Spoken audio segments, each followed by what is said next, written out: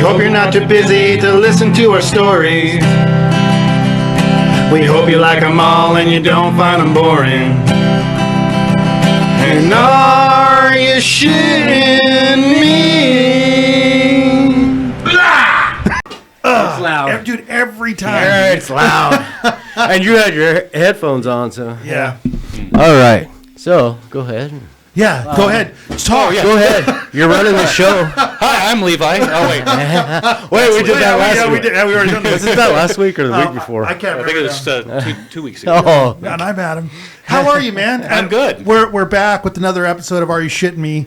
We've got our guest back, Adam. Mm-hmm. You know, my favorite part about having a podcast, honestly, one of them is that, like, we can have... Oh, our music's still playing. We can have as many guests, like we can have you back as many times as we want. Yeah, I fucking love it. And as we want. If you think about it, I've been on every episode since episode 4. That's absolutely true. Every time I listen to the intro, I think this. No matter where we go with this show, Adam's, Every time I hear that, too, I'm like... Right? You've been on every single episode. That's crazy when you really think about it. And it's because I went back and I was listening to old episodes. When we decided to come back and do the show, I was going back and I just listened to yours. It just jumped out and I was like, oh, I'll listen to that. I was in my work truck and it was a really good fucking episode. Yeah. You were wasted, Jason, though. Like, it was hard. But you caught yourself. Yeah. You were like, okay, I need to sober up a little bit. It sounded like, but I just listened. Switch to fucking Jen. I don't know what you did, but you're like. And what's fucking really funny is I ran into you at Walmart, and I was like, I'd like for you to come back on the show. And you said, of course. And you said, what'd you say about your girlfriend now that you... Oh, yeah, because in the last episode I was in, I said something about needing a white girl with crystals. And now... And then I ended up dating a white girl that's into crystals. Dude, it just worked out. She's really into crystal meth. No. It's funny that... No. It's hilarious that when that line that you said last time, somebody commented on our Facebook about how funny that line was. It just jumped out, and then here you are, full circle, actually dating a girl. Right on, dude. Like she's all into natural healing and spiritual healing. She likes she likes rock hounding. So she likes to actually go out and like find crystals and she's like she does the witchy stuff and stuff like that. Nothing wrong with that. Yeah. Where did you meet her? I met her at Jerry's where she was working there. No shit. We were just at Jerry's today. Yeah, we just ate there. She doesn't there. work there anymore. Okay. Well, but when you're pulling up in a Jeep like that, you're making all the money. She doesn't have to work anymore. Did she like working at Jerry's? Did she talk about? I mean, she liked it, but it was she had to make some different life choices. She's watching her nephews full time now. Oh, okay. That's a commitment. Yeah. Man, you would know. Yeah. Well, yeah, I would, and it's funny because like that's. I mean, her brother works. Right. Like, he needs somebody to watch his kids. Oh, there you go. Okay, so he's still in the picture. Yeah. Dad. Are you? Yeah, Dad works. And she watches him while he goes to work. Are you close with him? We're getting closer. I've known him a couple of years now. Good. Yeah. What is your girlfriend's name? Kirsten. I met her. James was visiting. I ended up at your house really drunk last year, maybe the year before. Yeah, I think that was my birthday. Was that your birthday? Yeah. Man, I had a really good time. Yeah. But I was also at the point where I was like dashing out. You know what I mean? Like, barely hanging on. I'm actually surprised you remember that because you were fucking hammered. You were wasted. Well, Yvette and somebody stopped by. We were done for the night. Me and James from New Zealand. Oh, so you met James? Okay. I was pretty wasted that night too. Yeah. So we were just gonna. It was a wrap. We've had enough tequila. We were fucking done. And then somebody showed up like, Adam's having a party, and we're like, well, it's always a good time with Adam. So right. So it was either my birthday or my coming home from Texas. And party, so one of the two. There was a few people there from work too. But at any rate, that was really fucking fun. That was really. I remember that night was it was pretty cool. It was good to see you, and it's good for you to meet James. I don't know if you remember meeting James. He's from New Zealand. He has a thick accent. Yeah. Right. I mean, I remember talking about him last time I was on the show. Okay. Or after the show or something. Okay, yeah. He's been here a few times now, but I'm glad you guys got a chance to meet. He's really fucking cool. I mean, I got pretty wasted that night myself, too, so. Sure. What's his name? Matt Carrillo. Carrillo, yeah. That's who was in your kitchen. You guys are playing cards or something. Yeah, something. I don't. Some Cards kind Against of Humanity, maybe. Maybe, yeah, that's what it was. But I was fucking out. I was just about to be like conscious no longer. Oh yeah, you were in a real good mood when you showed up. So outside of, so you got a girlfriend. Mm-hmm. How's everything else going? What have you been up to? I mean, doing well at work. Got put on road crew, straight days. Nice. Good gig.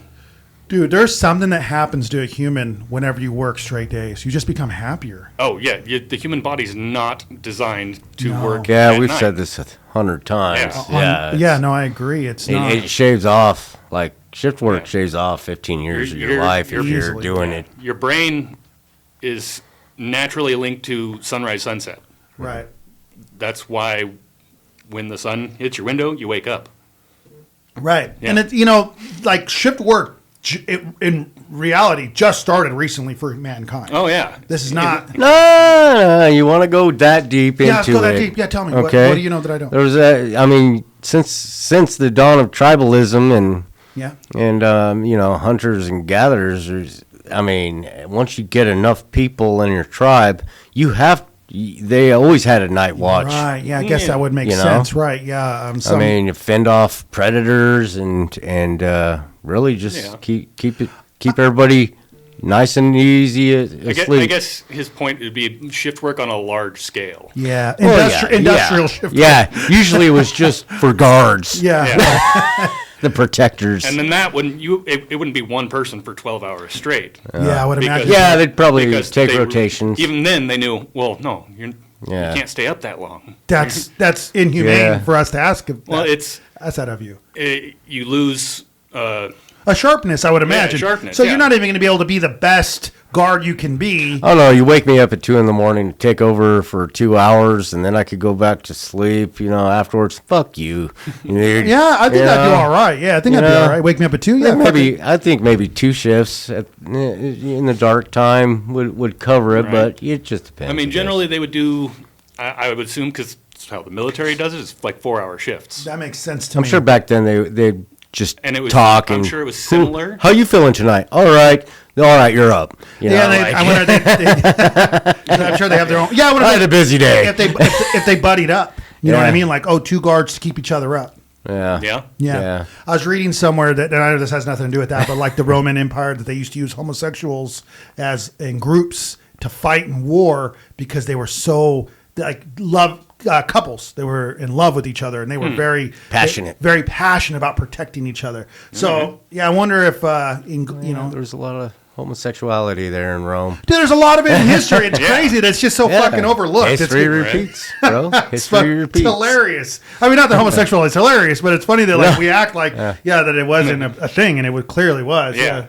All throughout human history. Right. Who's the guy that invented the computer? The Englishman. Oh, I don't. What? There in World War II, he was like the precursor to the computer. I can't remember his name now. Oh man, America's invented that shit, man. No. But going back to tribalism, I was just for some reason, I don't know. We were at Jerry's today eating lunch. And we were talking about that boy, Jonathan Chow. Have you heard the story? Mm-hmm. It's old. It's like 2018 is when it happened. But it didn't happen in Washington. The boy was just from Washington. I thought for some reason this happened in Washington, but it didn't happen in the Bay of Bengal and off the coast of India. Okay. And some kid from Vancouver was like, I'm going to go to this little island that they've had no interaction with us. They've lived forever on that island and I would imagine they don't want us on there for a number of reasons, right? And also just the bacteria and the fucking issues that we bring, and this kid decided that no matter what, they've been warned that if you come here and you're not part of the tribe, we'll kill you. And the kid didn't listen. He felt like, well, I'm gonna bring the Lord to them. He's a Mormon missionary. Yeah. Oh. I think I have heard this story. Yeah. And I was just I didn't know the names, but he tried to go to this island. They just threw spears at him and killed him immediately. Well, he paid some fishermen. That's why I looked into it a little deeper. I don't even know how this conversation got brought up today at Wendy's. I don't even know what brought it up. Who knows, dude? Yeah, but we were on a rampage. Talked about a few Dr. Frankenstein got brought up. I think it was a little high. I don't know. I felt a little high too. I was like, did I eat something? We were fucking rambling, dude. We were talking like, have you ever seen the movie Maximum Overdrive? It sounds familiar. With Emilio Estevez, when all the cars start come alive and start running people over. This is like back in the. It was. That early 80s. Ringing a bell, but I can't. Early 80s movie. It's so crazy. It's either like you've not seen it or you worship it in some way. Like, dude, it was one of my favorite movies of all times. AC/DC was the only band on the whole soundtrack. Oh, okay. Yeah, really. But anyhow, so we had all these multiple conversations happening at once at Jerry's, and these poor people that were sitting next to us. I imagine they're probably like, dude, what the fuck is wrong with these people? Like, we're talking about like So we're talking about Frankenstein, Dr. Frankenstein, right? We knew that he had a little minion, right? Igor, right? But the monster itself never had a name. Right. Most people call that monster Frankenstein. When somebody says, with people that are, and then more recently, that's people have been Frankenstein. going to Frankenstein's monster when referring to it. Right. Oh, really? Yeah. Right. I didn't know that. Right, but I mean, People to in the know. people that, Oh, yeah. right, people that haven't People seen that them, have read the book. seen Frankenstein or read it, Yeah. just A automatically. decent adaptation of the movie. Right. I just called him like. Because I guarantee you, anybody that goes out dressed like the creation of his, Right. They're thinking they're going out as Frankenstein. That's what I would say. Right. If I had two bolts to stick in my neck and That some combat would boots, make you wrong in assuming that. right. We were talking about Eddie Munster, and just I was just assuming he was a Frankenstein. He's not. He's just a guy. Yeah.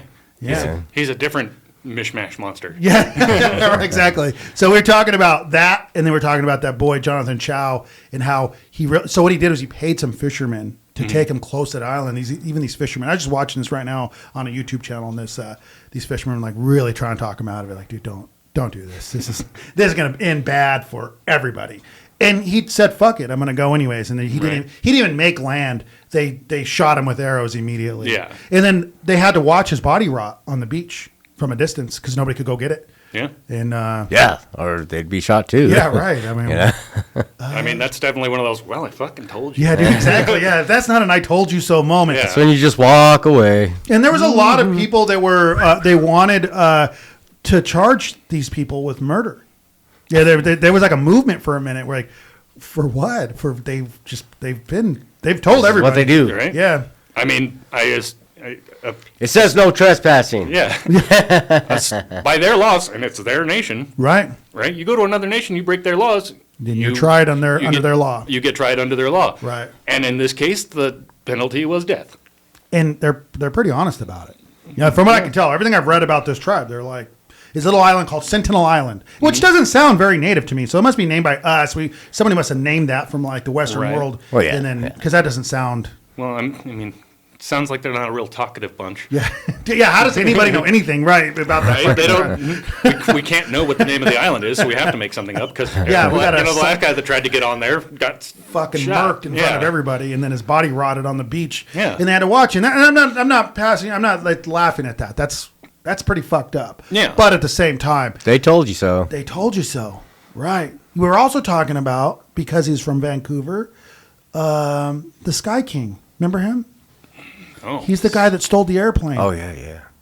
The gentleman that he's going to commit suicide, so he said, "Fuck it." Oh yeah. He was a stole younger that kid Alaska- too, Yeah. wasn't he? Airs. Like Alaska Airline. Yeah, Alaska Airline, yeah. He took one of their planes. Yeah. And there was like, you can listen to the audio transmission. Yeah, between them. I've actually listened to it a couple of times. Isn't it amazing? Yeah, I'm gonna do a barrel roll. Yeah, that's exactly what we're talking about today at lunch in the military set. It gets good. It's transmission between the U.S. Air Force and the radio tower, and they're telling them like, "Don't do this," and then it gets silent, and then the U.S. Air Force is like, he just did it. Yeah, he just did a barrel roll effectively. They said but like I guess he barely cleared the water by like 10 feet. that makes it even cooler. Yeah, it really does. And he was pretty honest. He said, "Look, I just wanted to do this, and I'm gonna go." I'm on my way out. Yeah. What a bold move. But what made me even think about any of this was that when we're setting up today to have you come on the show, your response to Jonathan Chow getting shot by the first arrow, and he thought, like, do you think in that moment, do you think, fuck, this was a mistake? Yeah. You said that at lunch. Yeah, and I've been thinking about it. Well, and I also said, yeah, imagine like if he got shot at a few times, and missed. like think about the few minutes leading up to his death, all the shit that was going through his brain. Like, dude, maybe they're right. Bad idea. I can't abort now. You're too. Well, maybe you're he too tried aborting after Too late. but they probably nailed him. First shot, they're probably expert. I was thinking that too. How accurate do you think they are? Oh, they got to be. I mean, this is what they From do. the photos I've seen of the people you're talking about, they're using like really long bows with really long arrows. Yeah. So they and they've been doing this really their whole accurate. life. Right. That's their trade. Have a lot of power behind it. And He probably didn't last very long. The first arrow, he's like, fuck, I'm out. It's a wrap. Might have not even knew it was coming. Maybe. Yeah. Huh? It's pretty cool. And not him dying's cool, but the fact that they can be that accurate with, that stuff's pretty historical. Like, there's nothing. Yeah. The technology behind it is really, it's as old as we are. Yeah. We still use bows to hunt. Still. Yeah. People, Dylan. We've upgraded a little bit, but But there's a lot of people that still hunt with longbows, and they don't use compound. Right. Which is crazy. And have you ever shot with a longbow? Not since I was a kid, Boy Scouts. Yeah. With the compound, through your peep, you can see, you have an idea, and you got pins, you go 10, 20, 30 yards. With the longbow, it's all just, you're making your best guess.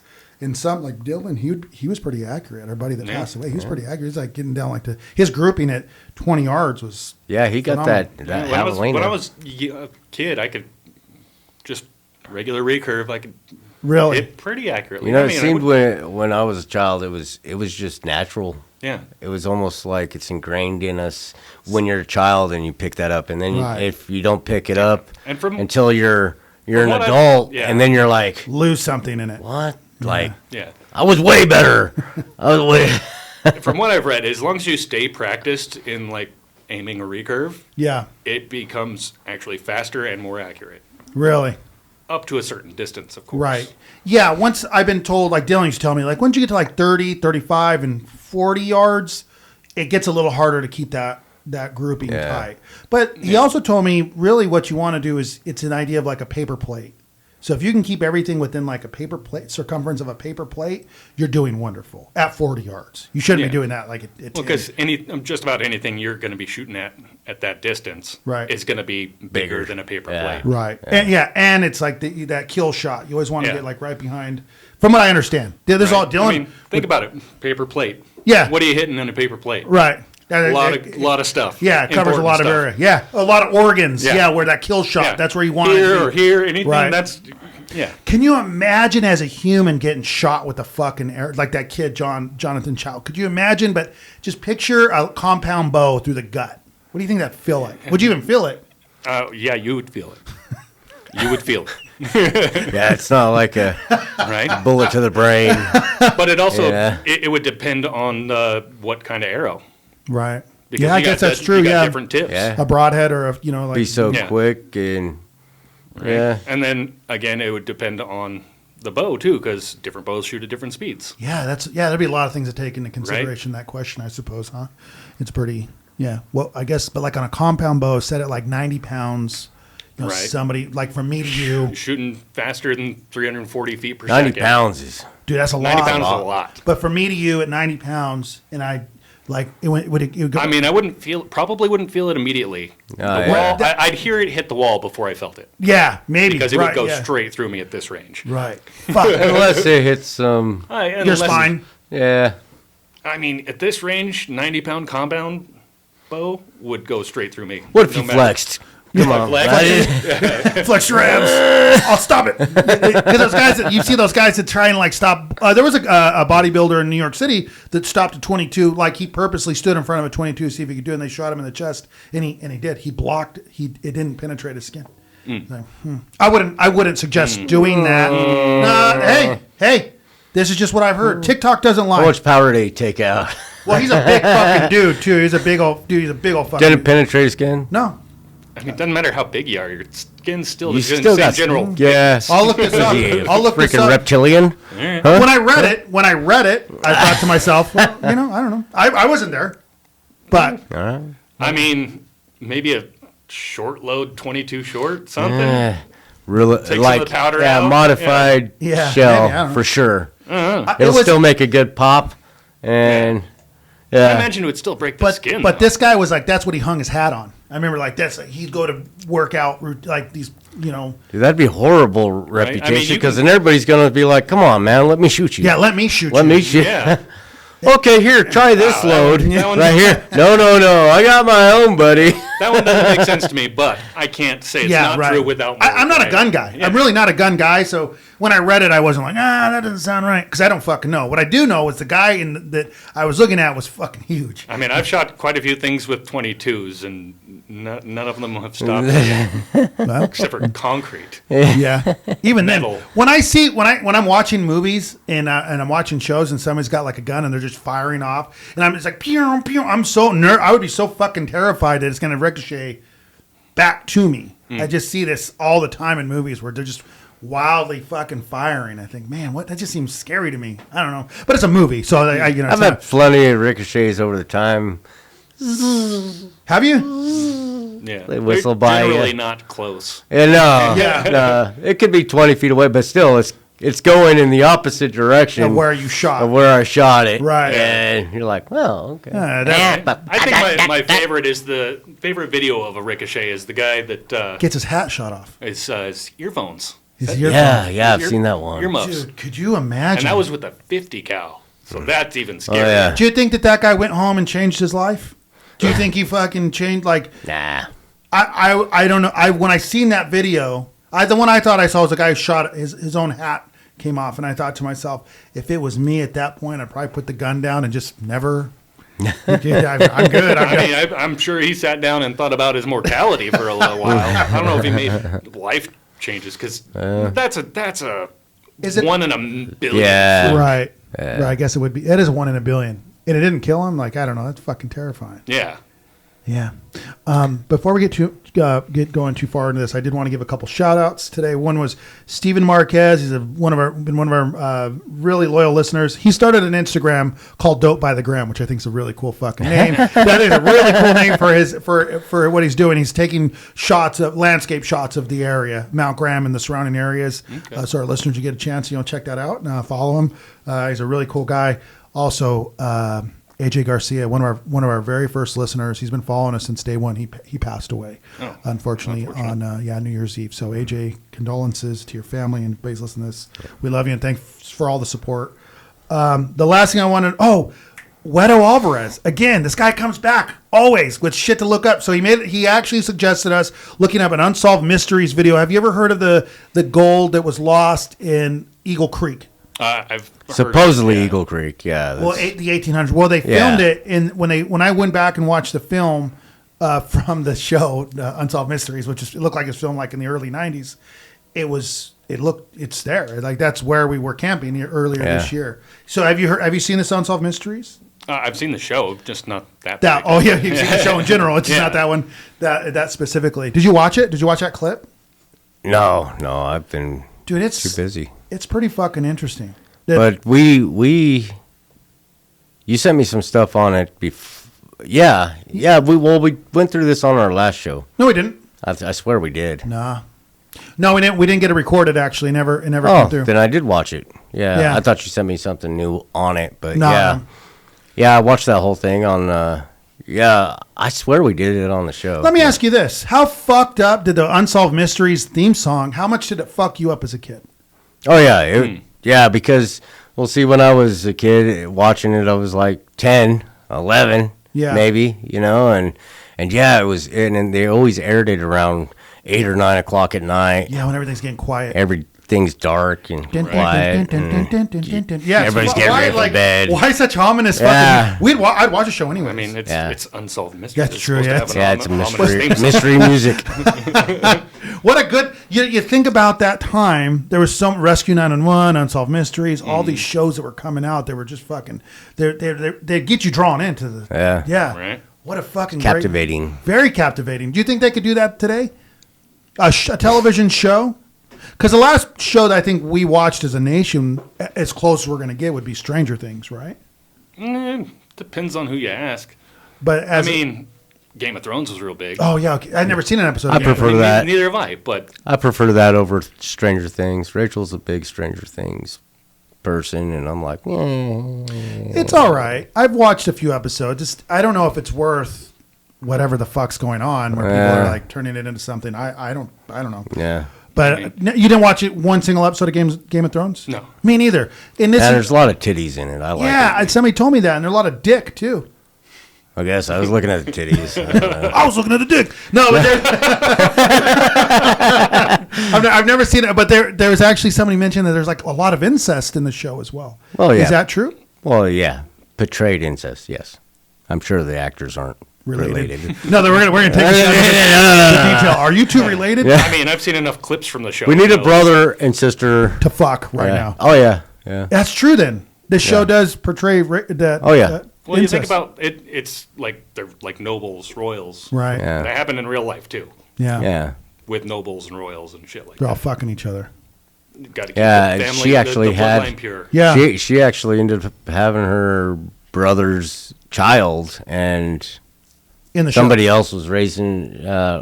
Like her husband got killed or some shit, but that was her haven't seen it. husband's, Yeah, not as I said. her, not her brother's. You know, Yeah, like okay, I see. So like they were trying to hide the fact that it was her brother. Well, she was, I guess, the only one that knew. It's been a while since I seen it, but So that's you know, what I I kind of feel like at the time, not that this show was.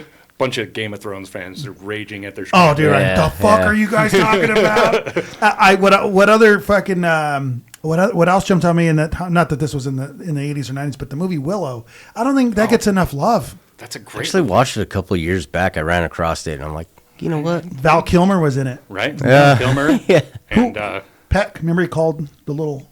yeah. It was a good. So the guy that played Willow though, wasn't he also who manned R2 in Star Wars? I mean, he's done a. I believe so. Does that seem like it could be the Yeah. truth? No. That's right. Yeah. He's a lot of things. He's in Harry Potter too. He's a That lot of guy's in things. Harry Potter. Yeah. He's a lot of things, but he He's ain't the tall. little gnome wizard with the With the Yeah. No shit. Yeah. Huh.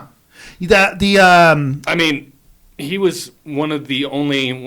What's that? Little people. Yeah. Is the correct term the now? correct term Yeah. would be little people Yeah, he was one of the only actors that was a little person at the time. at the time. So You he can got say all the whatever you roles. want. If I don't- if you I wanna can't think put of- some I can't- slurs out there. I don't care. I can't think of one other little person actor now that I think about it. I mean, there's.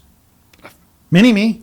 Yeah, I can't remember his name either. He passed Yeah, away. he passed. Yeah. Rest in peace. But I can't think of any But other. there's the one comedian, Brad something. Yeah, he's funny. I don't know who that Right. is. Yeah, Brad. Brad something. Brad. You know, Brad. Brad Littleman. Everybody. I can't remember his last name, but he's a comedian. He's really funny. Huh. But Oh, and then there was the guy wasn't he from Game of Thrones? Wasn't there a little person in Game of Thrones? Oh yeah, I yeah, don't yeah, know. I haven't seen it. yeah, yeah. He's real popular in Hollywood. Yeah. He's got a beard. Yeah, Oh, Peter Dinklage. Yes, Peter Dinklage. yeah. The Dink. The Dink. But he was, but yeah, that's the only, I can't think of other than those guys. Wee Man. Yeah, Well, not that Wee he's an actor, but he was a phenomenal skateboarder. And Right. he was in all the Jackass movies. But yeah, I mean, Anyhow, that's why you see a lot of. That's why the guy who played Willow has been in a bunch of stuff. Because Yeah, he's he's a- like the OG little person. He actor. established himself. And like, he's trusted. Yeah. If we have something for a little person, then Willow's the guy. Peck. Yeah. They call him, I'm sure he's probably passed by now. there's no way he's passed away. Did he? I think he's still alive. Really? There's just, I feel like I feel like I get on social media. I feel like I get updated on everybody's death. Right. And like I think that's one that would jump out at me. And I'm not trying to be passive about anybody's death, but like there'll be like some B actor that was in like 3 movies in the 90s passed, and like everybody's like, oh no. I'm like I don't really know who that I person. don't know who that is. Yeah, I don't know who that guy is. And not and I'm not trying to talk shit. It's crazy that we get so fanatical involved about in everything. yeah. Yeah, social media makes us so involved in everything, and I don't know. It's kind of crazy. But I did want to talk about Wedo mentioned us watching that, which I did, and sounds like Jason did too. Thank you, Wedo, for that. The other thing we've been doing this thing lately, Adam, where we read a quote, and they're typically philosophical, and it's been pretty nice. It's worked out very well. and then just kind of analyze it. And it's worked for some reason. Like we were ending the show on that, and then for some reason we started like opening the show with it. And I don't know why, but so this is now we're doing the middle of it. You don't want to do it at the end because then you run out of time. Yes, and that's exactly you know you're absolutely right because when we did the last time, it really sparked this conversation, right? And then we were like, "Fuck, we're out of time, man." We're coming up on it. Yeah, fuck. Yeah, but you've said that on every single episode. Yeah, I know. Because I'm nervous. I don't want to fucking like overrun. I'm trying my best here, but this is the quote: "The path appears under the foot that's moving." The patch. The path. Path appears. The path appears under the foot that's moving. Yeah. So what do you guys think? Well, there's not. I mean, if there's not a path there, it doesn't mean it's not a direction to go. Right. Like, follow your feet. Well, what I took was pick a direction, even if it's not the right. But just start. You got to move in a direction, right? Right. Yeah. And then it will present itself. The path. I think that's more. It's kind of like you're not going to get where you're going or where you want to be if you're not moving. Yeah. Okay. I like that the best. I think. Yeah. That makes the most sense. Get up and do something. Because I mean, every path that's out here used to not be a path. Right. Somebody had to cut it first. In a literal sense, right? So somebody had to get up and go. No, you're absolutely right. I got really, and I know I talked about this in the previous episodes, but I talked about a guy named David Thompson that he was the Canadian cartographer. I've been really obsessed with this guy lately. I've been talking about a few different episodes, but I think about the bravery it must have taken for all, not just that guy, but like in general, even like what are their names? The native couple that they showed them the Pacific Northwest. There's a whole. It's slipping my mind. Native couple? Well, no, maybe it wasn't a couple, but it was a What's like I can think of a couple of white guys. Lewis and Clark, but they were guided by Sacagawea. Right, Sacagawea. But I mean, even the bravery it must have taken to follow somebody, like, I don't know. To me, all of it seems pretty fucking interesting to me. So that's what I thought. That's what when I read this quote, I was like, I guess you got to pick a direction, right? You got to start at the very least, move in that direction or a direction. Yeah, and it goes to everyday situations, like you got a project at the house, overanalyzing it, and you don't get started because you're like, well, just get started. Just start moving. Just start moving. Right. Get up and do it. Things will get done that way. You can feel very overwhelmed. It might not be perfect, but nothing is. Dude, nothing is perfect. When we started moving, that's how all my hobbies start. Yeah. Perfection is also the killer of progress. Yeah. Because if wanting to perfect it. Yeah. Right. Yeah. That makes sense. What new hobbies have you gotten into? So most recently I got into forging, like hammer and anvil. Oh, nice. Yeah. Really? Nice. Yeah. How's it going? I mean, I can show you some pictures of some stuff I started. Yeah, I absolutely. haven't really gotten into it. I've only gone out and done it a couple of times. What's got you into this? Just like everything else, social media. I saw a video. I was like, that looks like fun. Real quick, can I come back to something really fast? Yeah, and it just hit me. So Louisville, Kentucky? Mm-hmm. Yeah. Did you know just north of Louisville, there's a community called Clarksville? And that's where the journey for Lewis and Clark started. I thought that was pretty. I was talking to some guy who told me that story. But so anyway, back to the hammer. Right. So So you saw something online. You're saw like, something on. I can. Do How this. big of an anvil did you get? I started with a little tiny 15-pounder. Okay. Got at Harbor Freight for like $15. Yeah, that ain't good. shit. It's like this big. That's good for little things. My brother got me one for my birthday, 65-pounder. Yeah. Wow. So, yeah. How long you been doing this? I think I started kind of messing with it like 2, maybe 3 months ago. Wow. Okay, so you're in the infancy steps. Infancy. So like you're saying though, like you've gotten so frustrated with not reaching the perfection immediately that you felt like. I mean, it got to a point where I was like, I can only watch so many videos. Right. I got to put some metal in fire. I got to do it. And then hit it with a hammer. No, you're absolutely right. Yeah. And so I've got a little. I can show you. Yeah, absolutely. Then you start working it, and and then you start learning. That's what I've got. Let me see that. There's some couple things. I mean, it's as simple as made a knife. It's a knife blade. Is that an axe handle or axe head? Yeah, I made that out of an old claw hammer.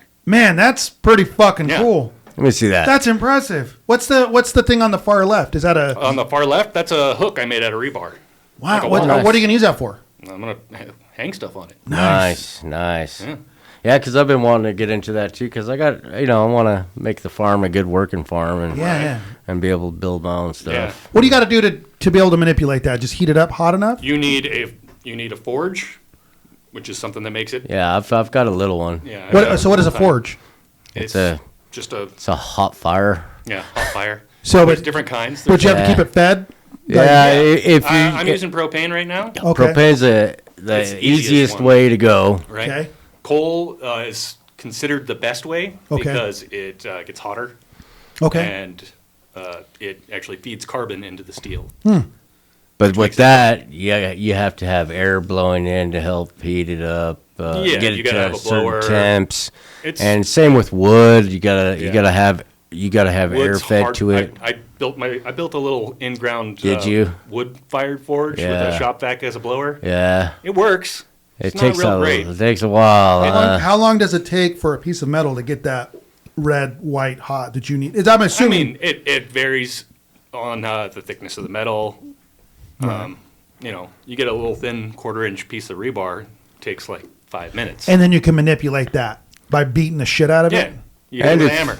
And if you don't have a forge or anything, oxygen settling, Yeah, like that you works can too. heat still up with that. Yeah. And when it's red, It's softer. you start forming it. And I imagine it's loud as fuck.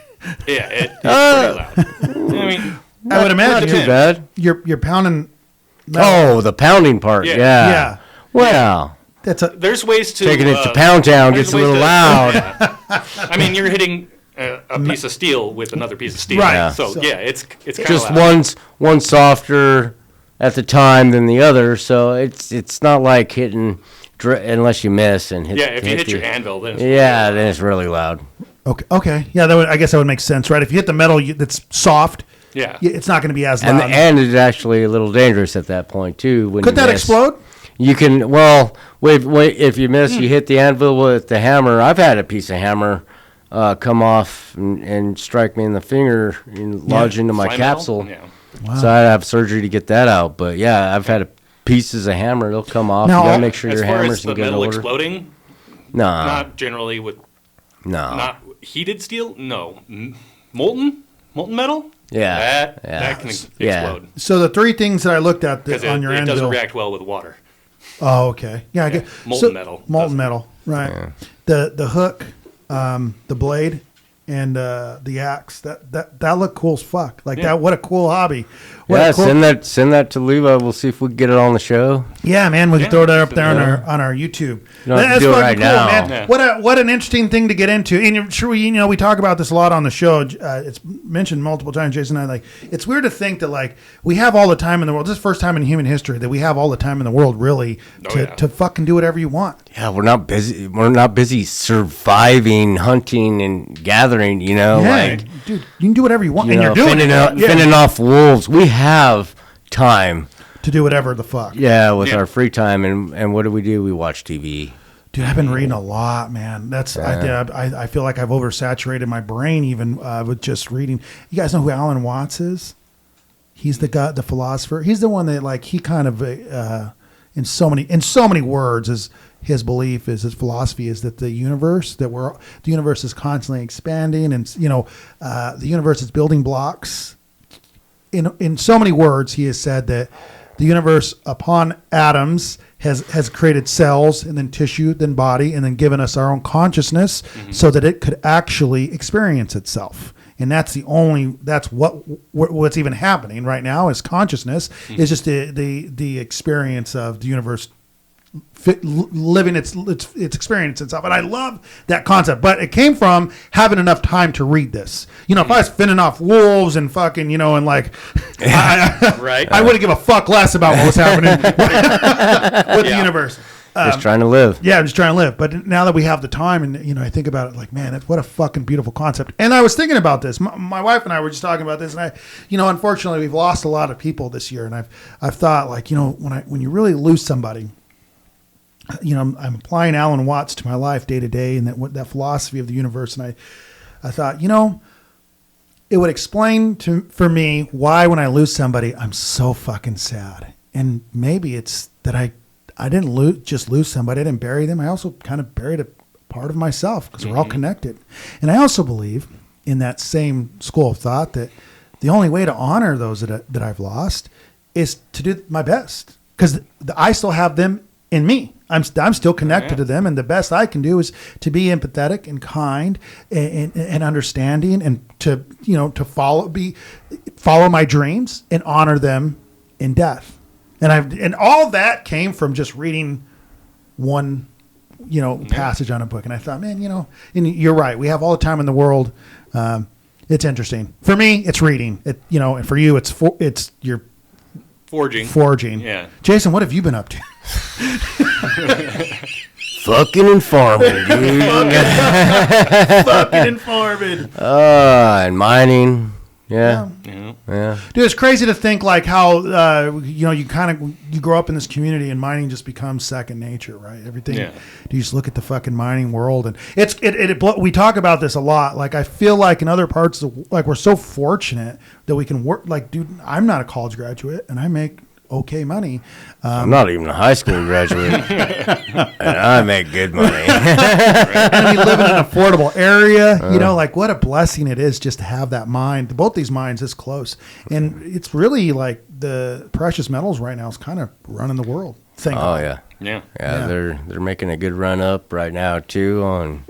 And we're looking at some pretty interesting times coming ahead. So I'm excited. I know that it's not. I know that we live in a time where everybody's so fucking bummed, and it's just so bad and it's so shitty. Just politics getting you down, dude. Yeah, I don't know. Well, I'm doing okay. You just gotta, man. There's just too much political information all day, oversaturation, and that's what they try to do. They want you scared, worried, or depressed. You know what? What news do they put on that's good?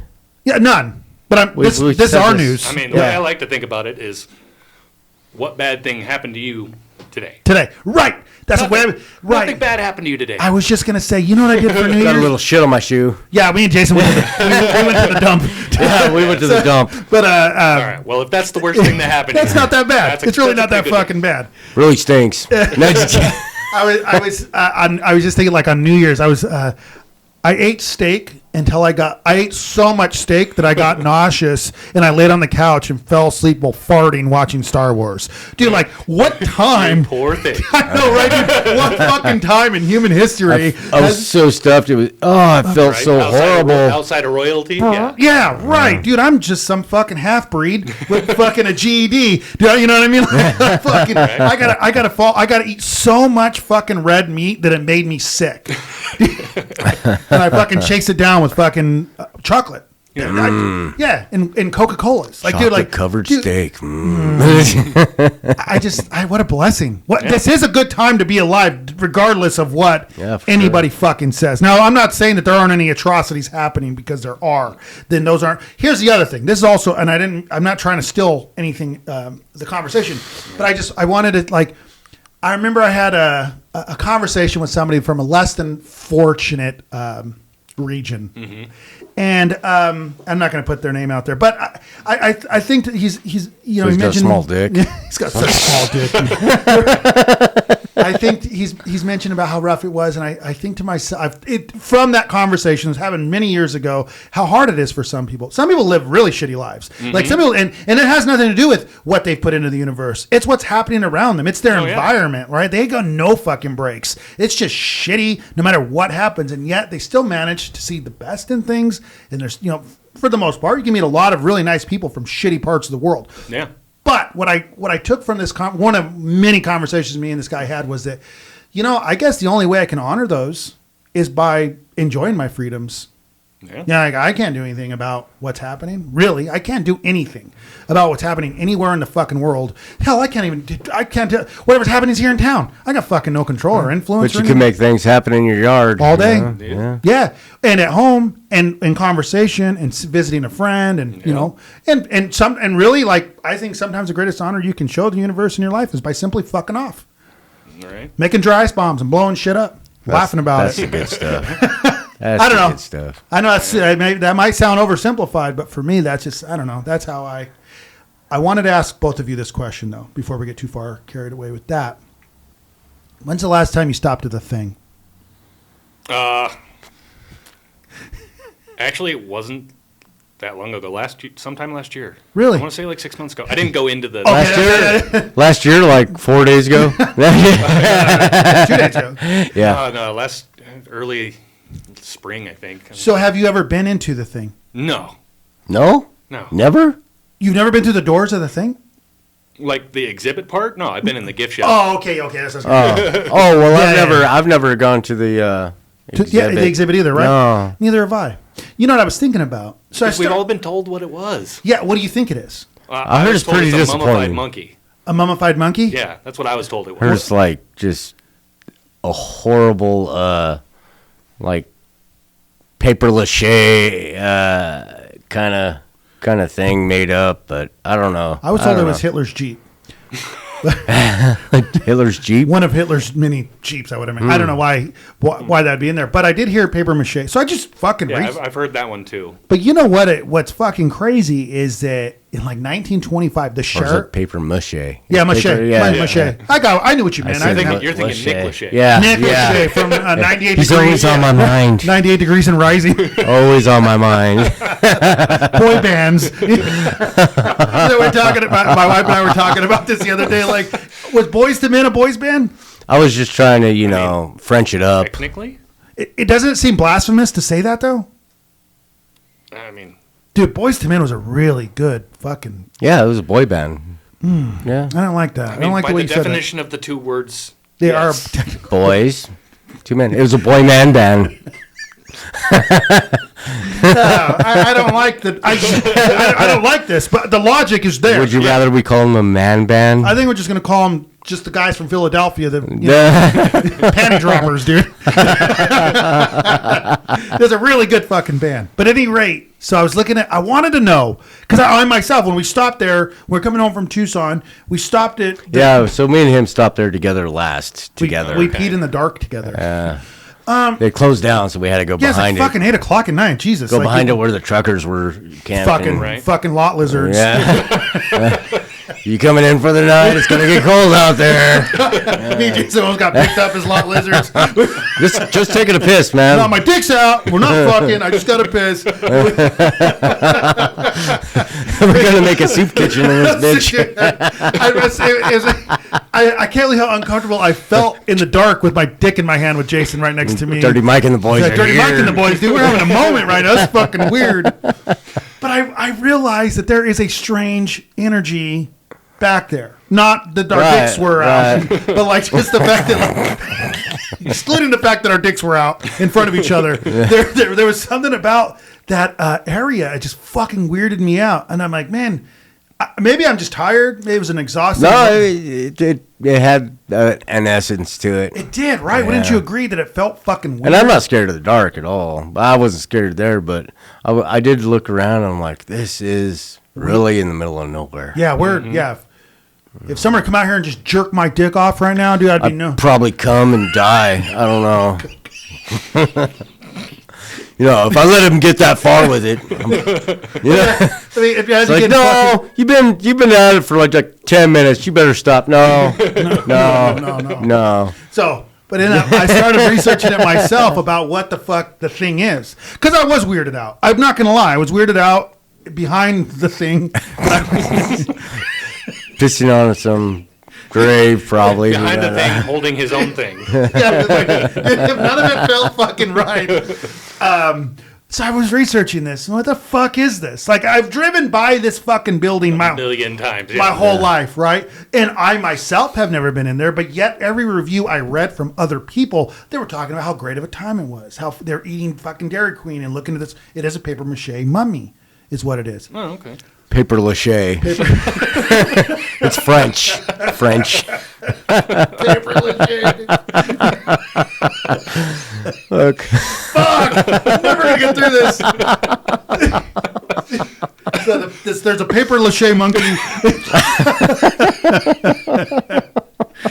it's a mummy. But I was reading the fucking history of this fuck. I'm like, what? Why? Who the fuck made this? What is this?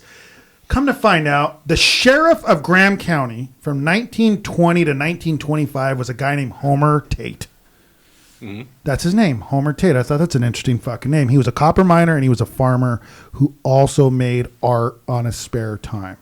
And paper mache was his thing. People loved his fucking work. A lawyer from the Tucson area thought, I'm going to have him make a mummy, paper mache, and I'm going to make an exhibit out of this. And that's why we have the thing. And this has been happening since like the 50s. This thing has been there the 50s, dude. And not one time we got 3 people from this area that have not been in there. That's a fucking staggering number. Yeah. Dude, you think about it. Next time we you think about how many people in Arizona have never been to the Grand Canyon. That's funny you say that because I went for the first time like 2-3 years ago, and I've been every year since just because it's so beautiful. I mean, I've been over it a couple times. It's over. It's one. I've driven over to the old dam before they closed it and made the new one. I've been. Wow, I didn't know that. What are you talking about? What? That's that's not the Grand Canyon. It's been to a dam. Those are different landmarks. I've been to a dam. What the fuck? And you took me for a ride right now, dude. Lake Powell is the mouth of it. And technically, you have driven over a dam over the Grand Canyon, but that's not what I don't think. But I haven't been to the good part. No, the scenic part. You haven't seen it. Oh, no. So I went. We just went, and it's been amazing. Yeah, but you are right. There are a lot of things here locally. Do you know how many visitors the fucking thing gets? According to Chat GPT, how many visitors the thing gets a day? Yeah, probably a lot. It's right there on I-10. Over 600. Really? A day. Like actually in the exhibit, or just people stopping at the I gas think station? they said the fucking exhibit, because there's another exhibit. That's a lot. There's another exhibit in North Carolina that everybody was comparing it to. Everybody's like, "Oh, I've been to the thing. It's amazing." It reminded me of the Wall in North Carolina, and I guess there's some other gimmick that's kind of like that. Dude, we got to check it out. I guess. Yeah, why not go in there? Why the fuck not just go in there next time we're driving through the area? But the gift shop itself's amazing. We'll have to do a whole show on it. I'm okay with that. We're going there, but it's funny that it's right across the street from the Texas Canyon, which is an amazing. Yeah, it's neat. Isn't it beautiful? Texas Canyon is like it's always wowed me driving through there. The boulders are just gigantic, and I mean the way some of them somebody stacked there, obviously. Clearly, but the fact that it's so beautiful, and it's just something we just drive by to get to Tucson. Yeah, I think like it's just so. I love it when somebody else is driving me because I get to really look. You know what I mean? Somebody pointed out that if you look just at the right time, if you're coming from Tucson going back towards Wilcox, that if you look at the formation. Just above the rest stop, you can see a pair of praying hands and a whale. Now they're not the same. They're two that are right by each other. And somebody pointed it out, and I seen it for the first time. Like, holy shit! There are it looks like a pair of praying hands and then a whale. They're huge. They're gigantic, right? Mm. And I was like I was younger when I seen it. When I was taking I'm sure I don't know if you heard the story, and I'm sure I've told the story on the show before where I ended up in some wild situation in Dallas, taking a Greyhound bus from Dallas back to Tucson, where some guy got arrested for being too drunk and breaking somebody else's cell phone who sat right next to me, had a nervous breakdown. Everybody thought I was with him. I wasn't. I just wasn't, dude. It's just one of those. It happens to me almost constantly. If I go fucking anywhere, the weirdest person in that area is gonna want to talk to me. Right. I'm fully convinced that the universe is determined that you have stories to tell all day. We don't have to retell the story at all, but I think about this quite often. I was just trying to get from Houston back to Tucson. I stopped in Dallas. I wanted to see where JFK was shot, the grassy knoll. I think that's a pretty common thing, right? Just some pointers, got it? No. I just wanted to see what it looked like, because I've seen the footage so many times, as we all have, right? And there's all these fucking weird things like, oh, John Wilkes Booth shot him in a fucking book repository, but ran into a theater, and then Kennedy and Lincoln's assassinations. There's a lot of weird. I'm sure have you heard this? I mean, I've heard lots of strange. Yeah. So I just kind of wanted to see it for myself, and I did. And I was just standing there like I'm looking at this window, and I'm thinking to myself. Do they have the window like outlined and stuff? I didn't where see you that. can spot it from the road for tourists and stuff. At that point, they did it, but I was looking at the windows like, this looks like. I mean, I just what I was doing is I was putting myself in the moment, like.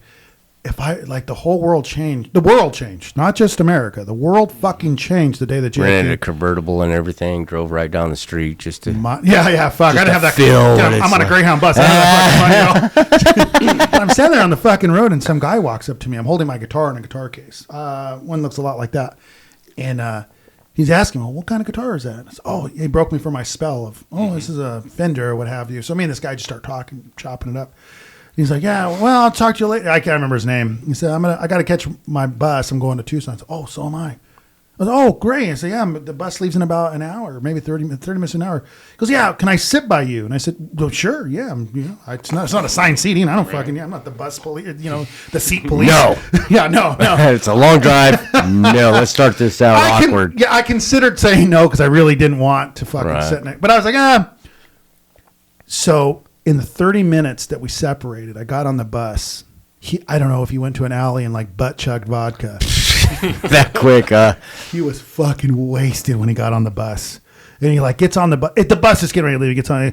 He's like, and he's getting on it. Levi. He gets on the bus now. He's calling me by name. Levi, remember me? And I'm like, oh fuck yeah, fuck, damn. So then he fucking sits by me, and and he just caused fucking. It was one thing after another. He couldn't get out of his own fucking way. He asked me if I have a cell phone, which I didn't. Said, you got a cell phone I can use? I need to call my ex-wife. I was like, no. Exactly. No, I don't actually, man.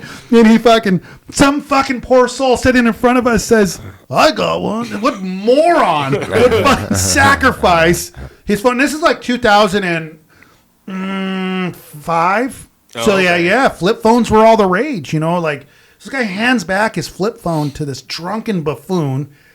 And then the guy takes this guy's flip phone, and every fucking button that he's pushing is louder than fuck. It's just regret after, dude. Dude. I just know. I'm going to call this. Yeah, as somebody who's fucking suffered the drunken dial so many times, I knew as he was doing this, like, he's going to regret this. Like, he doesn't need to be speaking to anybody, especially an ex-wife. Right. But he completes the fucking digits, and it's ringing. And I swear the whole fucking bus can hear. It's almost silent for some reason. Hello? Barbara? I don't know what her name is. I'm just gonna say, yes, what is it? I'm coming to Tucson, and I'm in that Greyhound bus. Levi. Whoa. And then they start fucking fighting. And then the mom gets on the phone. Now the mom's on. Leave! Don't come here. We're calling the cops. And then it got real quiet. And I remember I couldn't hear what he was saying. All of a sudden he's talking, and then it gets real quiet, and then he just fucking bursts out with, "But I do love her," and like above his head, like fucking Rafiki and fucking Lion King, snaps this fucking phone in half. I was like, God damn. Out of the heat of his drunken moment. Oh, dude. Just total property destruction. Shit, and I'm fucking married to this guy. You know what I mean? Like, so, and he gets up fucking, the guy in he's like, oh, that's my phone. You fucking moron. You shouldn't give him that phone. He fucking hauls ass to the fucking water closet, the fucking, his little phone booth of a restroom. Locks the door behind him, and it just sounds like a bunch of luggage. He fucking collapses, I imagine. I was like, holy shit, this all just happened in like 6 seconds. Like, you know what I mean? It just went from a very uneventful fucking ride to all of a sudden, and now we're getting pulled over by the fucking highway patrol, Texas, Walker, Texas. Like, get this guy off my bus. Fuck, man. And it's a fucking black guy in a cowboy hat, and they always look sharp. You know what I mean? Yeah. Those guys know what the fuck they're doing. You see a black... They're pretty intimidating. Yeah. A black cop in a white cowboy hat, they don't fuck around. Yeah. They're always jacked. They're a unit. They're fucking, this guy's jacked. And so the bus driver, we're pulled over now. The bus driver's getting out, and everybody's pressed up against the windows on the fucking, watching. And they're going back and forth, and the bus driver goes, "Oh, well, he knows some guy named Levi." Fuck, dude! What the fuck? The fuck? Now the cops get. So I was mapping out the assassination, and this guy comes up to me. Wait, assassination? What? I really throw myself under the bus, dude. So I have to I'm not fucking around, man. I had to stand up in front of the whole goddamn bus and plead it was court. Right there, in front of fucking People's Court. Yeah, People's Court, dude. In front of the bus driver, in front the of jury was there. Sharp ass fucking black dude in a cowboy hat, and everybody, all these other broke motherfuckers just like me, trying to make their way across the desert. And I was like, listen, I don't know that guy. And now I'm in front of the bus telling this to everybody. I don't know him, guys. I don't know who the fuck he was. I just seen him at the grassy knoll. We talked for a second. The next time I seen him, he was blackout drunk. He's like, some guy's like, what about my phone? I was like, I don't know about I don't know. I don't know too about your phone, man. You should have given me your phone. Like, I'm not this guy's representative. So then, like, the cop believed me. I sat fucking back down. I was like, fuck, man, I'm just trying to get to fucking Tucson. So everybody's all of a sudden interested in me, right? So there's people like around me talking like, so what you're traveling? I don't know what the fuck I was doing at that point in my life. I'm always doing weird shit, right? So I make friends with like everybody who's around me, right? And we're just getting into. I'm like, hey guys, coming up is the thing. The sun's coming up now, right? And I feel like I'm somebody giving a tour. Tour guide. Right, here's a fucking thing. And I said, if you guys look to the left or out your right on you'll see a pair of praying hands and a whale. And like everybody was like looking up, pressed up, like people have their babies up to the window. And, and there it is. Everybody's like, wow, collectively, wow. I was like, yep, that's it. Yeah. I told you. Dude, I told you so. When I got picked up at the fucking bus stop downtown Tucson, Chicho and Martin picked me up. I got picked up. As I was getting off the bus, I was like, bye, Levi. They said, it sounds like, why were there so many people cheering your name? I said, you're not going to believe this fucking story. It was more like a tour bus. But I also remember... Brett, in Texas, when I lived in Oregon, I worked at a place called Autoclore, and there was a guy named Bob Burke, and he was probably like in his 60s. He was native to Portland, Oregon. He never lived anywhere else, but he did travel a lot. And when he asked me where I was from, I told him Safford. He knew exactly where it was, which is interesting. But he said, yeah, I used to go out there all the... He started telling me this fucking crazy story. I don't know where it came from. And he told it so nonchalantly, like it wasn't crazy, like it wasn't that big of a deal. But he said, "Yeah, just another Tuesday." Yeah, right. Yeah. He's telling me the story. We're just in a van, me and this guy with a bunch of product, and we're driving up to Vancouver. And he's just telling me the story. He said, "Yeah, back in the '80s, me and my mom, we were driving around the Texas Canyon. He called it the Texas Canyon Park. I just have never heard it like that." The Texas Canyon Park. It's a national park. I'm like, I never. Maybe in the 80s. State park. State park, yeah. Okay, state park maybe is what he said. But he said, yeah, there's all these trails you can drive around, and at sunset, you could watch the sunset from these different points of view. I've never heard this. But he did talk about the thing, and he did talk about Pizza Hut for whatever reason. He talked about the Pizza Hut in Safford a lot. He liked that more than other. It wasn't a bad Pizza Hut, man. No, it's fucking delicious. Yeah, especially in the 80s. Yeah. Get your beer. When I think about when I first moved here about 20-ish years ago. Yeah. Pizza Hut was a thing. It was a pretty prominent building. The Pizza Hut building. Yeah, the Pizza Hut building. Right next to, what is it, Superwalk? Yeah. But he liked that. He liked that Pizza Hut specifically. He talked about it a lot. So I figured, okay, he knows what he's talking about. He's been here. Clearly, he's been here. And he's telling me, he said, me and my mom, we're driving down this dirt road, and we're really in awe of the sunset. And out of nowhere, a big, hairy Mexican guy with no clothes on jumped through our window, and he had a big old dick. Yeah. Big Mexican guys usually got big old dicks. He said he was high as a kite. He had long hair and a beard, and I had to fucking fight him off my mom because his dick was swinging everywhere. And I was like, what the fuck? fuck story are you telling me right now? He said, I put my car in park and I had to fucking wrestle him to the ground. And my mom from the window was like, Robert, be careful. He's got no clothes on. And I'm wrestling this guy. And he mentioned it like 12 times. He just had a big old brown dick. Like, he emphasized the dick so much more than anything else that was going on. I was like, really traumatized him. y'all traumatized the fuck out of him, dude. You imagine I've never seen a brown dick before. that big? Now and it's on me. Slap my mom in the face with it, and I gotta wrestle you. Like, good Lord. Yeah, I thought that was fucking. I couldn't believe it and then he just carried on some other conversation about riding a bike across Portland to talk to some girl. I'm like, whoa, what did you just jump stories very quickly?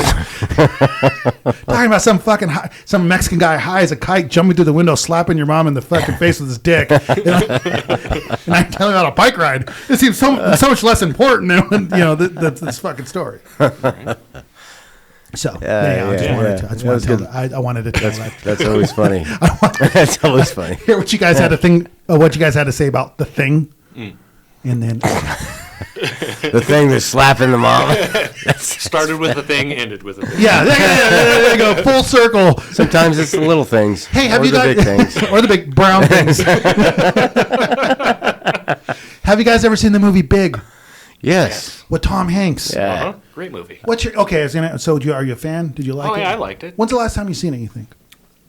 When's the last time I watched Big? Yeah. Oh, at least 10 years ago. Yeah, Oh, it'd have wow, to really? be about 8 or 10 years. I watched it just recently. For the first time? No, I just rewatched it, I guess I should say. And I just I was like, man, it's a good movie. Because you know what scene jumps out at me is whenever he's playing chopsticks. On the big piano? Yeah. I was about to say that clip shows up on my social media at least every other year. Really? Yeah. Why? I don't know. It's a good scene. It is a great scene. It's a good scene. It is. And him and his boss, because you Yeah. know the premise of the movie is he's just a big kid. Yeah. And that's how he moves up the ladder. Right. He's a literal kid that becomes Yeah. big. Yeah. Well, he's so innocent in mind and heart and unexperienced. He knows and, what the kids want for Yeah. toys because he's a kid. Right. Yeah. And that's when he brings up the robot, the transformer building. He's like, this is boring. It's just a building. Yeah, let's make it a fucking bug. Now, could you imagine if his buddy Billy, remember you? Yeah, Billy, the redhead kid. The little kid, if he was the one that got big instead of the other guy, that'd be a totally different movie because he was a little pervert.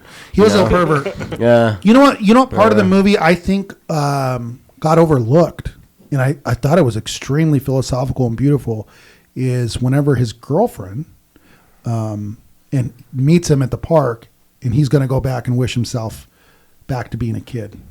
And they're having because see, so many things happen in movies, you just overlook them, because you're a kid. Yeah. When you watch them at different stages of your life, you see different things, right? And at the scene, she's saying, she's like, I really, now she believes that you are, oh my God, you really are just a big kid. And this Zoltar machine that you're wishing on is going to make you a kid again. And he says to her, well, you want to go back with me? And she said, no, I've already been there. Yeah. I don't want to go back again. Yeah. And it's so true that we romanticize youth so much. But like she said it right. Like it's a fucked up time. Yeah. Right? Yeah. Oh, man. 14, Rediscovering yourself. Oh, 13, 14? No, gosh. thanks. Dude, it's a fucked up time for anybody. Dude, my dick was so chafed and chapped. Dude, I beat off like constantly, it seemed like. You think about the most moisturized part of any man's body, it's his fucking dick. How many layers of fucking lotion and conditioner do you think that fucking thing has on it? You had lotion? But what in that movie, what do you guys think? I was using sand. Sand? Just to get it done, man. Jeez. Friction makes heat. In the movie, whenever she drops him off, I was thinking about this when I watched that movie, though. I was thinking about, remember when she drops him off and then he starts to walk back towards his front door and he's getting smaller. Shrinking, The suit's too big Suit's for him. too big, yeah. And then he turns around and he's a little kid. And I thought to myself, how uncomfortable do you think she felt looking at him at that point? Like, we fucked. Yeah, that would be weird. But for sure. I remember when you're explaining the scene where he's wishing to go back, like she was very emotional and very convincing in that role. Oh, yeah. Like her eyes were like red. I mean, I'm sure they, whatever, but maybe, I mean, her scene there was Fucking stellar. Yeah. And I think that happens a lot in movies where there's just so many things that get overlooked. Because we're watching this movie for a number of other reasons, right? You're not catching the super philosophical moments until you're old enough to fucking catch them. Yeah. Like I tell you, when I seen that movie at 10 or 11, that scene meant nothing to me. Yeah. Like, you know, I don't care. He's a kid again. Yeah, right, exactly. And He's back. I'm gonna go play with him. that's a really good fucking movie. And I was thinking about that too. Like a movie like that today would just get torn apart. Oh yeah. You know, we just lived in a simpler time. We grew up in a simpler time. I keep asking my partner. Another good movie with Tom Hanks is and it's not widely known as Joe versus the Volcano. Dude, you talk about this movie a lot. See? Love that movie. See, only a few people I've ever met have seen that movie. It's him and isn't it Meg Ryan? Yes, yeah, I believe so. Are they on a vacation? And there's no. What happens? No. First of all, Meg Ryan plays like 3 different parts in that movie. Really? And it's all her sisters or something. I didn't know that. Yeah, dude. So you got to go back and watch it now. But yeah, she plays her sister. She was like 2 or 3 sisters, and her dad, I think, is the one that set up this whole thing for him to go to the island and sacrifice himself because the volcano. he's got brain cancer. Oh, at some point, is he on a brain cloud? He's got a brain cloud. Brain cloud. Yeah. Suitcase and he sees a giant whale? Or is that... Yeah. I believe so. Or was that the... And he was on the suitcase, and the moon is so big. Yeah, okay, I remember that part. But did he also do this scene in Castaway? Yeah, Castaway was with the whale. Then he's on his own boat or that little raft. A little makeshift raft. Yeah, it's a good dude. Joe versus the Volcano. Yeah, not to give. Good movie. Good movie. Watch it. Yeah, I'm going to. He was a lot younger. It was, You know another movie you bring up from time to time, and I fucking love it. It was The Gods Must Be Crazy. Oh, dude. Yeah. Have you seen that one? It's been a while, but dude. It's got me. It's for me too, but he remembers it very well. That's fucking. Well, I went back like years back, probably about 10 years back, and I looked it up and watched it again because I remember watching it when I was little. And you watch those movies when you're little, and when you're older, you know, dude, you catch a lot of the one things. you're talking about with but it was exactly how I remembered it. I must have not been that young when I watched it. But my dad, back then, we really didn't have much for entertainment, like growing up. So movies was the entertainment. And it's crazy to think that we had full ass buildings with VHS tapes, JC Flicks and Star Video and Blockbuster. Right. And like that was a thing to go to a fucking building and pick out a movie you're going to watch for the weekend. Ain't that crazy to think about? Yeah. And new releases were a big deal. Mm-hmm. You were lucky to get there and get. Occasionally, you had to reserve them. You reserved it, or sometimes they wouldn't let you reserve any for certain movies. It was like a first come, first, you know. I remember whenever people had to wait in line. Yeah, they really wanted to see a movie. Ain't that crazy to think about now? Yeah. Our kids will never know. They'll never know. And then it went to you can get them in the mail. Oh yeah. Then you went to movies coming in the mail for you, and you return them back. Yeah. Well, then there was that was the original Netflix. Yeah, that was the original Netflix and chill. And then Blockbuster and chill. All right, what's in the mail today? Did they have a porno part of Blockbuster, or was that just strictly for like smaller mom and pop? No, I never even tried. Blockbuster did not. I don't think Blockbuster did. No, because I know like Sal's Video here. Anyone I ever. No, I tried looking for the adult JC Flicks too was another rental place here, and they had a fucking little porno section. It was funny when me and Rachel got married. So she was 18 and I was 16, and I remember that first year. I was like, I got her to go in there and rent us a porn, like I'm like, yeah. My wife's old enough to go get me porn. Yeah. Not every guy can say that at 16. It was a different time for me. I had a different kind of life growing up at 16. Absolutely, and that's why you are who you are. Just a big old perv now. Yeah. Still perv. You went from a little perv to a big perv, dude. It worked out. Yeah, about the same size, I guess. But what do you guys think about Rob Reiner's death? Wasn't that brutal? Yeah, well. He got stabbed by his own son. People get murdered. I did not know that. Yeah, your family is the one you got to worry about, really, when it comes to murder. More people are killed by, people they know, right, and people they don't. You think about that when it comes to murder. Is that a real statistic? Well, when it comes to murder, yeah.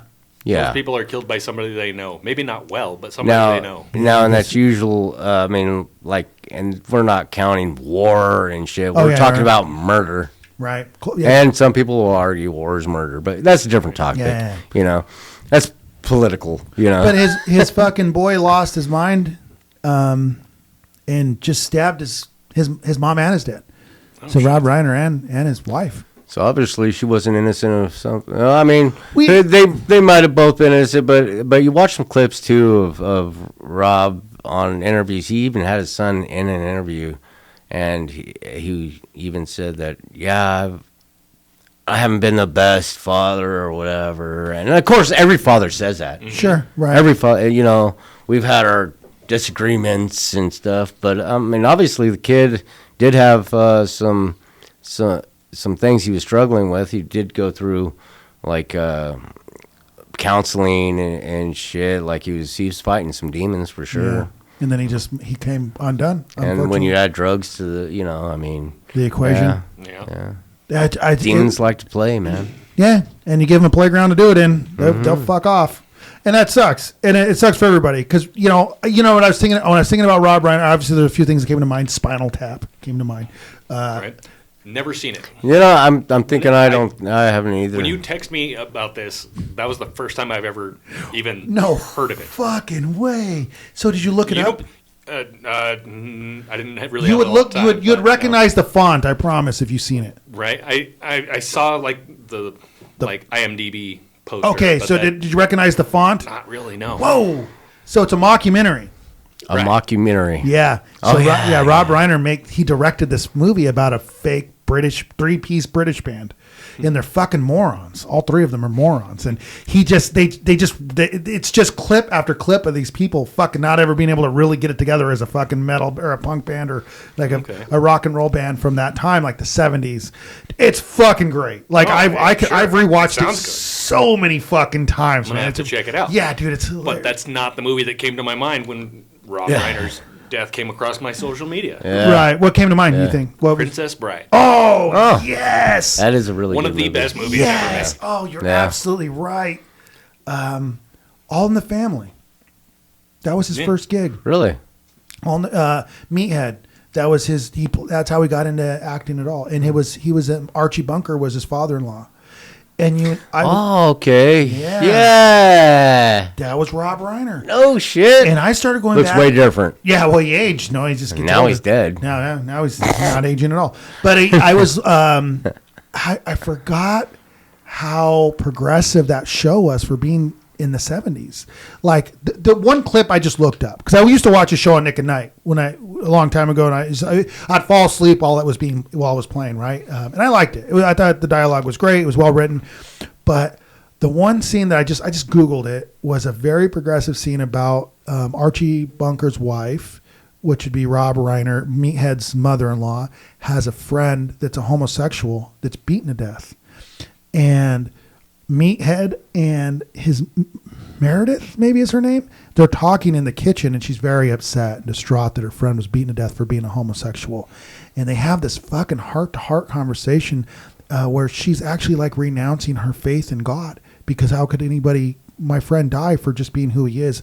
And Rob Reiner begins to tell her, like, we're not meant to know everything. We're not meant to know all the things that are happening at once. So the Lord presents lessons for each of us in different ways. And it was like and I'm like, this is fucking how this guy got his gig. Like, this is amazing. This was so well written and done so fucking well and so progressive for the time that was like an issue.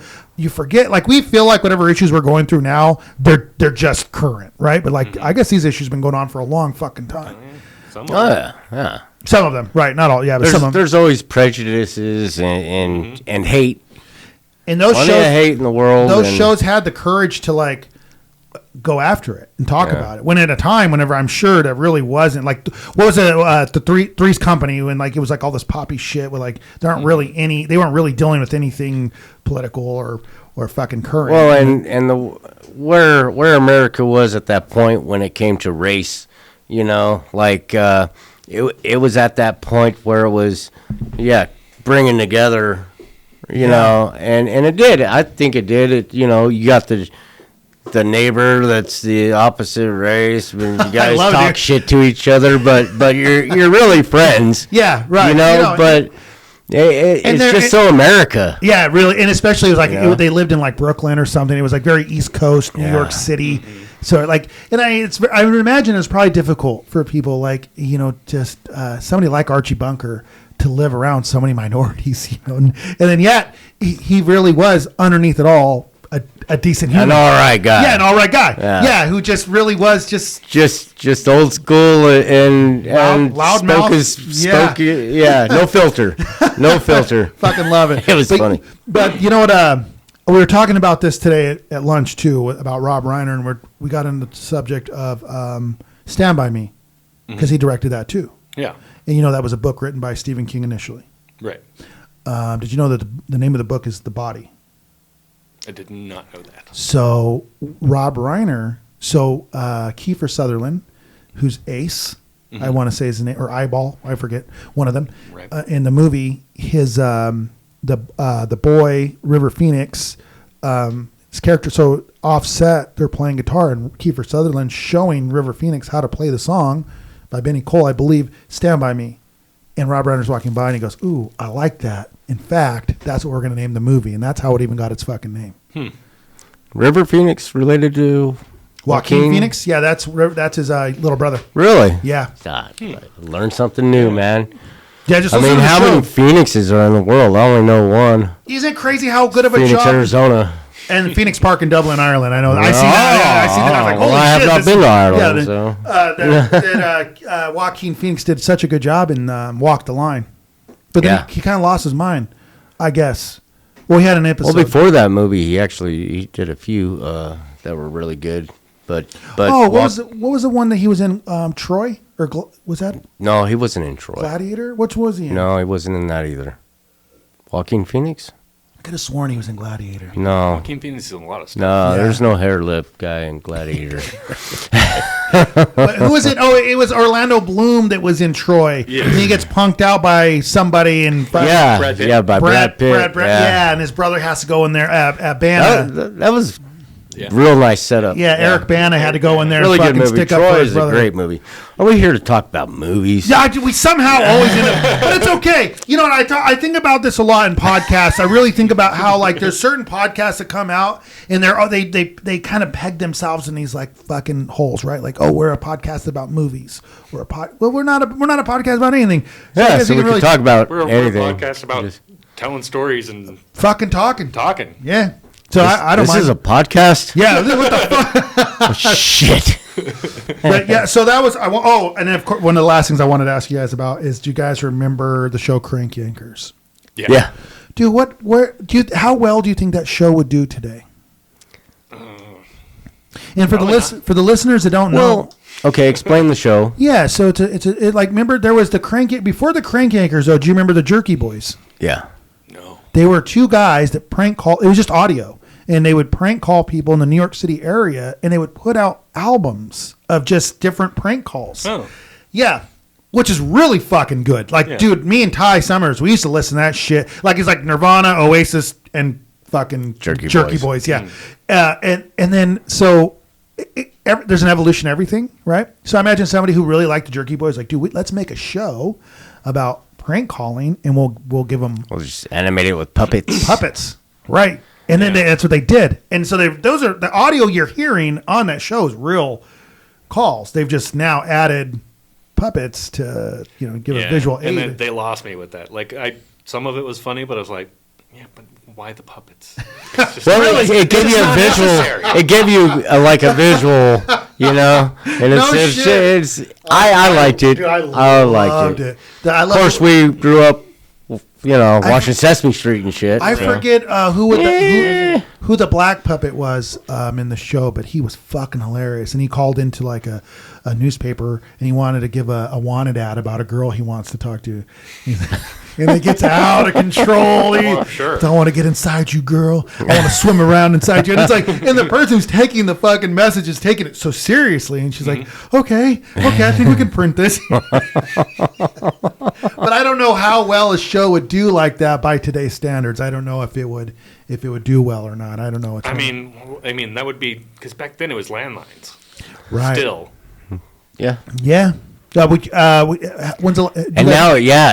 you go to call anybody on just a cell phone. You don't know where they are when you're pranking them. My phone, phones are getting so smart. My phone freaking screens the calls for me. It doesn't even ring. Yeah, mine too, actually. Yeah. That's Rachel's phone too. She downloaded an app now. And you're right. It wouldn't work. Mine doesn't do that unless it was a listed number. How would you go about prank then you would say, somebody? "Oh, it's crank anchors." I'm not going to fucking Yeah, answer. crank anchors are calling me. Fuck this. You seen that on your fucking screen? Stressed out at work, getting yelled at and shit. You're like, my phone's ringing. Crank anchors. I don't got time for this shit. That'd be pretty cool though. They're getting me. I'm pretty sure I would answer that one. Yeah, you'd almost have to, wouldn't you? Wow. You get an opportunity to be on the show like that. But you remember But the people can buy like titles for call ID for. So imagine if Joe Rogan a couple of years ago. What happened? What'd you do? Oh, Donald J. Trump called me. Me too. At a wedding. Dude, I'm not kidding. I was getting drunk as fuck off liquor, tequila at Cody and Raina's wedding, and Donald Trump called me. I screenshotted it, and I just didn't fucking believe it. And then I posted. I got like no likes. I'm like, dude, motherfuckers, Donald Trump just called me at a wedding, dude. Yeah, no, but there's no way that was really him. No way. I didn't even answer. I mean, I don't know. No. I can't disprove. How do you know?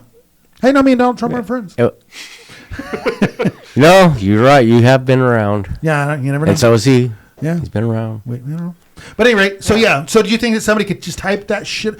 Now, here's a really good question.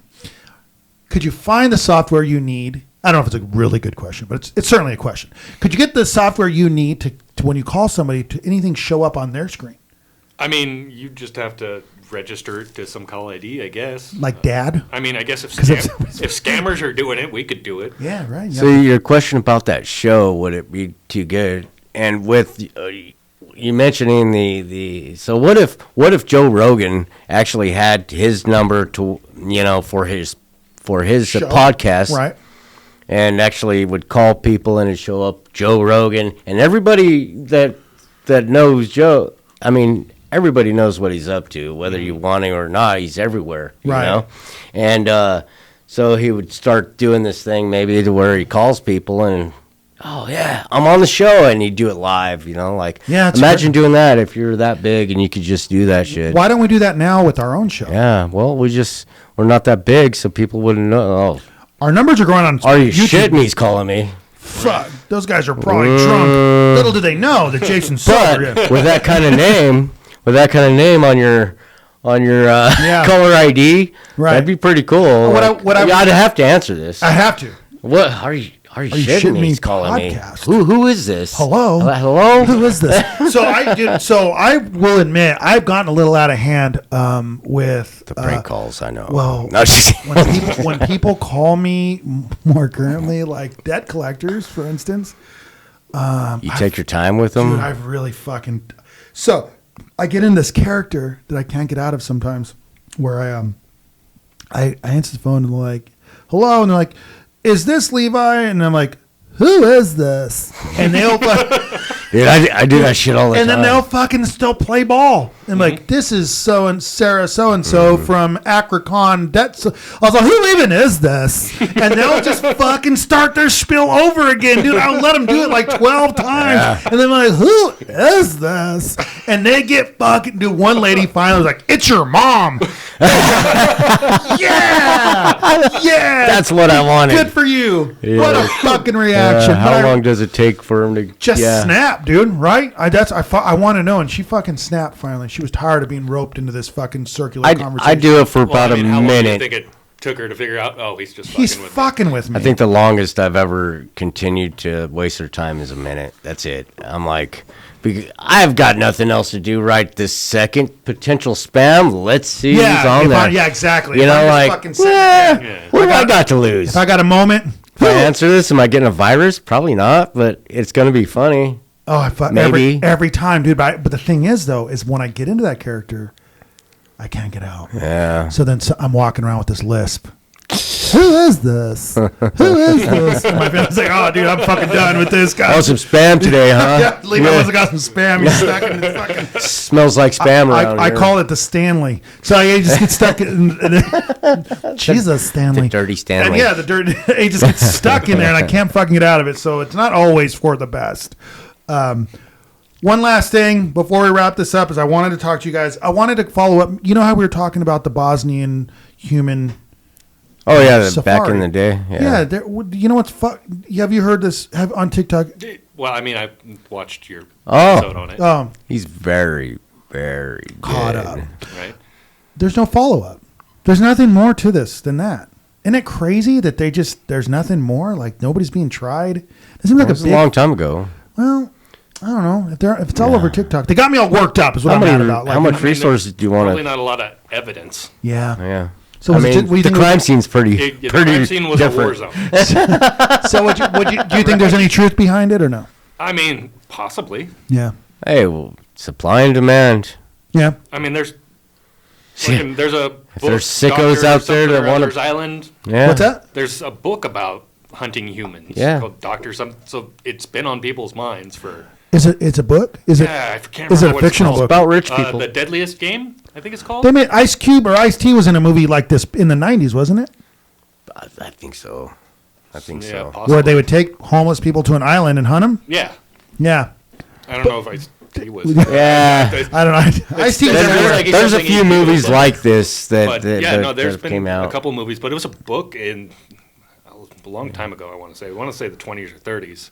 Oh, damn. Like, I'm thinking like Stephen King. Okay, this is like back then. Oh, yeah. I could be wrong. I Wow. don't know. So, Is it? I mean, Huh. but there was a book. I think it's called the Deadliest Game.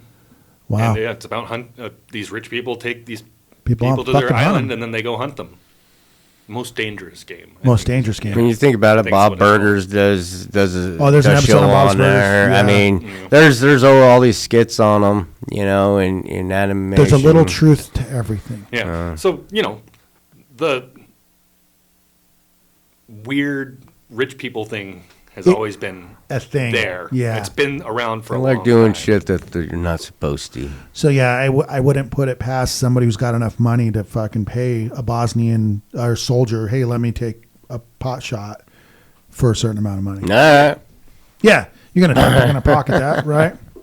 Interesting. Anyhow, all right. So there we are. Thank you, Adam. Thank you so much for coming on, man. You're one of my favorite people to talk to in the mine. You're one of my favorite people to just stop and talk to because you're non-judgmental and you allow somebody like me who obviously as you can tell my mind goes places Right. a lot, and you're able to also Stay on board. Yeah, I love it, man. You're really absolutely. You're a really good guy. I mean, I think we need to make like, are you shitting me bingo cards? Yeah. Okay. Yeah. And then just like have things Sometimes he like talks. Levi goes off topic. Somebody says the name of the show. Sometimes he talks, and sometimes I just start daydreaming. Dude, I'm so bad about it, man. Like, I'll tell you this. This has been my whole fucking life. Whenever I am just streaming consciousness, when I'm not saying this, Absolutely. I'm thinking it. Like I'm laying in bed, like we're talking about that this. was a really long lunch we had today. I just can't stop talking once I start. It was Unfortunately, long lunch. Well, I mean, what makes this show work is that you're a storyteller. yeah, And the show is about stories, right? right. And you're About whatever. you are a natural born storyteller. About whatever. Thank you. Well, thank you got you. a lot of whatever in you, boy. We'll end it on that. All right, thank you, Adam. We love you guys. We'll talk to you guys later.